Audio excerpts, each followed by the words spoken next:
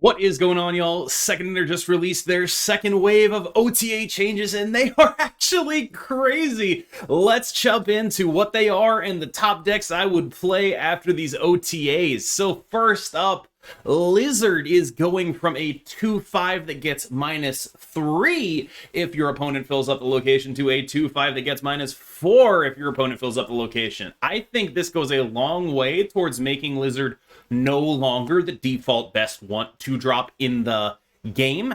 He's just been always consistently need a 2-drop, let's play Lizard, and that has happened basically ever since they nerfed Angela, and now they're nerfing Lizard a little bit more. I do think he could still be a useful tool for priority decks, but I think, you know, perhaps a card like Jeff, which has already been making its way into many of my lists in place of Lizard, is now going to have even more value. Next up is Shanna the She-Devil, who is going from a 4-2 to a 4-4. That is a really interesting change. I have always been a bigger fan of Shanna than I should have been. I've generally believed in, like, okay, you play like Zabu and Shanna and some other 4s with Kazar. I recently learned it was pronounced Kazar. Crazy. I might not change that in the future. So that is a shell I definitely want to explore now, although it is one that I don't necessarily think has a ton of upside in the face of, you know, Patriot decks generally going bigger in terms of go-wide decks. Next up is something that could change Patriot decks, though. Enchantress from a 4-4 to a 4-6 is nuts. 4-6 is sort of a default good stat line already, and Enchantress is a way better and more useful card than something like Stegron, which just released as a 4-5. Enchantress is going to be in so many decks. There is no reason not to include her in almost any deck at this point. She's just a good play on curve if they don't have ongoings. I am such a fan of Enchantress going forward, and I think this is going to be the change that might affect the metagame the most, because this Enchantress change really sort of changes the calculus on a lot of things. Ongoing decks have been dominating the meta as is, yeah? So Patriot, an ongoing deck, which the way it plays, extremely vulnerable to Enchantress. Darkhawk and Devil Dinosaur, extremely vulnerable to Enchantress. So what that means is, I think first, Cosmo goes into all of these lists forever now, if we expect a significant uptick in Enchantresses. But second, if you want to try to get ahead of that uptick in Enchantresses, you play a bunch of big threats that cannot get Enchantress. That is one way to take this. And obviously, her newfound power is significant. Her as a 4-6, even in those matchups, like, that is significant. More stats from her in your Sera deck is extremely significant. I am a big Enchantress simp based on this change. And then finally, another change that I think this one was intended to shake up the metagame the most, but I'm not actually sure that it will. Sandman from a 5-5 to a 5-3 is a really, like, it's a smart change. First of all, toning down Sandman, great idea. The fact that the most played deck from 70 to 100 is Sandman Electro Ramp, not ideal. Definitely not something you want to see. It wasn't the strongest deck, but it was sort of the baseline. You have to be this tall to ride. What I'm interested in is, how much does this actually change that? Like, that deck had already been targeted by Patriot lists. Like, this is not a tier 1 deck seeing a nerf. It's a very gatekeepy tier 2 deck, in my opinion, that's seeing a nerf here. And so I'm definitely interested to see where this goes, especially because all the decks that I would consider tier 1 are decks that get hurt by more Enchantresses existing. Devil Dino, the Patriot deck, of course, and, you know, even arguably Sera decks, although I think they benefit a lot more than they actually get hurt, because Sera manages to A, leverage the new Enchantress, and B, not actually play a bunch of stuff that gets Enchantress. Obviously, Enchantressing a Sera, who cares? I already did all my stuff, so that's only going to really matter when a Limbo shows up. So that is definitely, spoiler alert, one of the decks that we're going to be talking about. So with no further ado, let's jump right into the decks that I would play on day one. These decks range from decks I'm pretty sure about to decks that I'm guessing what the meta looks like. I mean, all of them are going to be kind of guesses. This is very, very early on, so bear with me. Let's jump into it. First up, I wanted to bring it back. I love this list. I think it's really good. This is the What Am I list, except now we're running Enchantress as a 4/6 to target Patriot lists. The reason I value Enchantress so highly in this list is because the Patriot decks have a big habit of, because they're built to do Ultron on 6, they'll do a lot of Patriot into Mystique into Leech, or Patriot into Mystique into Abomination. That's what they want to be doing. And when they want to be playing Patriot on 3, if you have priority, which you probably will, if they're doing the Ultron thing, they don't want to play a lot of stuff early, you slam that Enchantress on 4, they die. They just die. The Patriot goes away. The Mystique they've tried to play to copy it, if they don't have priority, is not going to copy anything. It's done, right? And so for that reason, we're running the Enchantress in here now. Obviously, she's helpful just in terms of points as well. If you have to, you can just play her as a 4/6, pass on 5, and then do your She-Hulk stuff if that's what you're interested in doing. You could also look into cutting her. Right now, I'm just running her because so many of the top decks have ongoings that she feels like a free roll. I probably would run her as a 4/4 in this, honestly. That's just where I'm at with it. That's just probably what I would do. Kind of my thoughts on this. This is definitely something I want to try out in the new meta.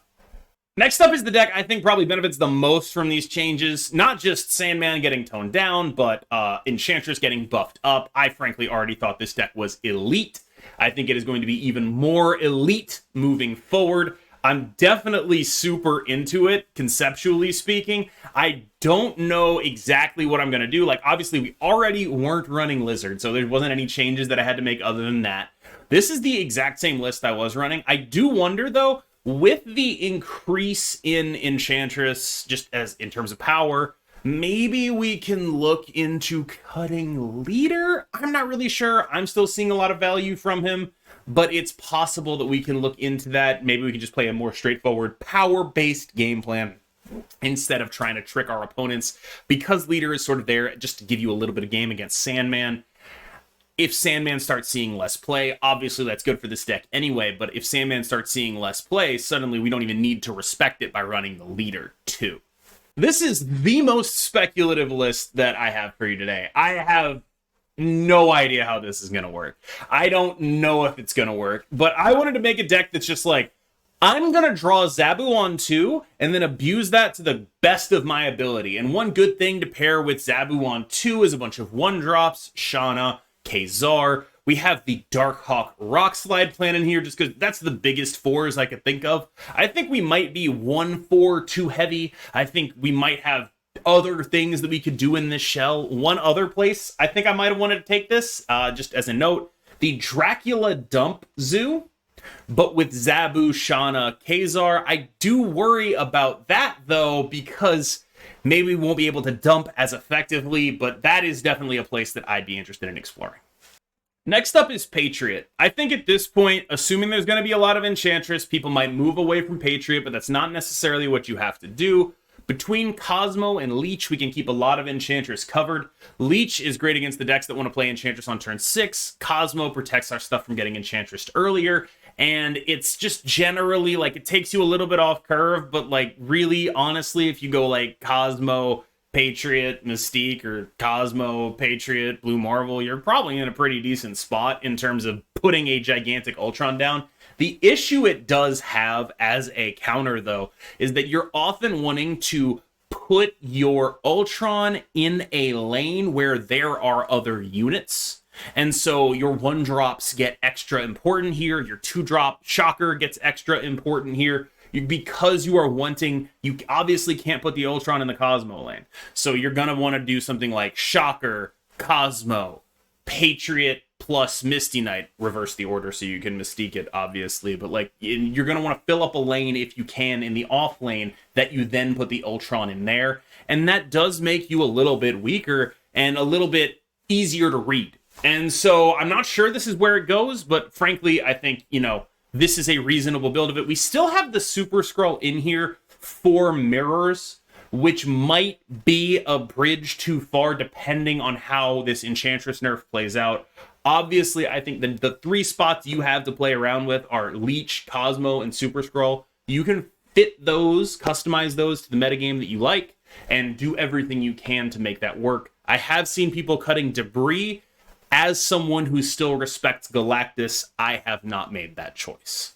Finally, I know Sandman got nerfed, but like, how much does that really matter? I haven't figured that out yet. So this is the 12 card KJB list, which is like one card off from the Moyen list. It's the stock Sandman list, except what we've done is say there's nothing in here that gets Enchantress. There is one card in here that we're ever going to play that gets Shang-Chi'd. That would be, they have the America Chavez, but also the Magneto is the one we'd actually ever play, right? So the idea here is basically like a bunch of people are going to be playing Sera Tech. And you know what? They're going to think that no one's going to be playing Sandman, and they're going to be wrong because we're going to be playing Sandman. I don't care that he's a 5/3.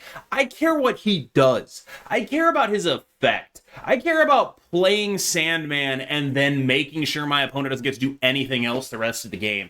I am not sure if the nerf to Sandman, obviously I think it does matter, but Sandman as a deck is built to make it matter as little as possible, because Sandman's whole thing already was invalidating earlier plays by having 2 6-cost cards. You know, who cares if you're getting 3 less power or getting 2 less power when you're going Dr. Doom into Arnim Zola? Who cares? I don't care. I don't care.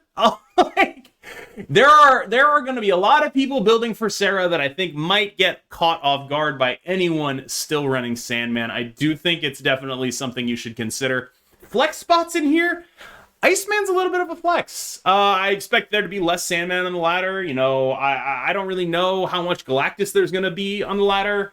And Iceman was mostly for that, right? Like, it's for the mirrors to hit their Electro, for the Galactus to hit their Electro and Wave. You can do other stuff here. Another card worth talking about is maybe Psylocke. I know that's a little bit, like, really? Psylocke? But a third piece of ramp to guarantee your Sandman when you're so reliant on Sandman for your deck to really function might not be the worst idea, honestly. Another 5 could be another good way to go, because you have the option of going, you know, with the Electro on board, 6 into 5 plus Jeff, because Jeff can be played through Sandman.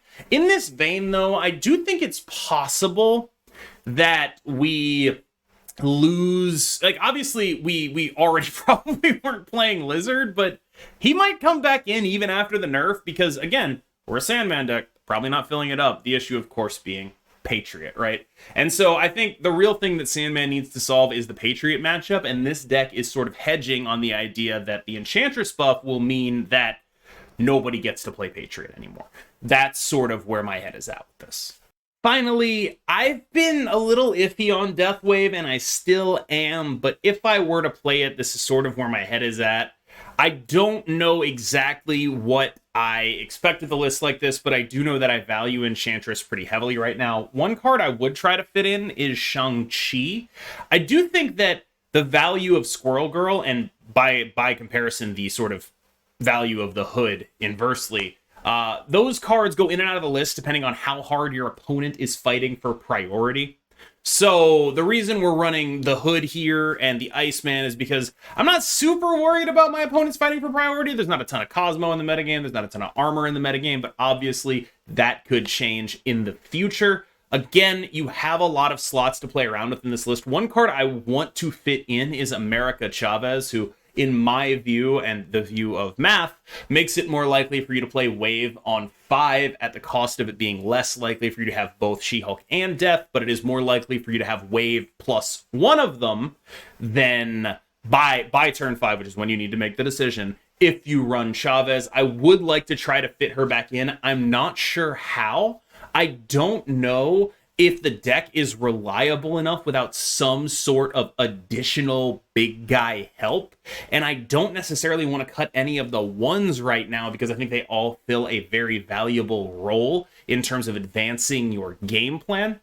Now, you'll notice my main, like, the main argument for me, the value of Squirrel Girl, is that you kind of really just want to be taking priority early so you don't get your Bucky, like, Cosmoed or Armored. But Since I'm not worried about that, we're not running her. The Iceman's probably the one thing that weirds people out. I do not want to get Sandman. I do not want to get Galactus. That's pretty much why we're running Iceman here. I don't necessarily think it's like super good against anything else, but I think if we're going to play something, if we're going to go out there and compete, I'd rather have a card that impacts them and gets blown up by my own Killmonger than a card that just discounts my death so I can high roll further.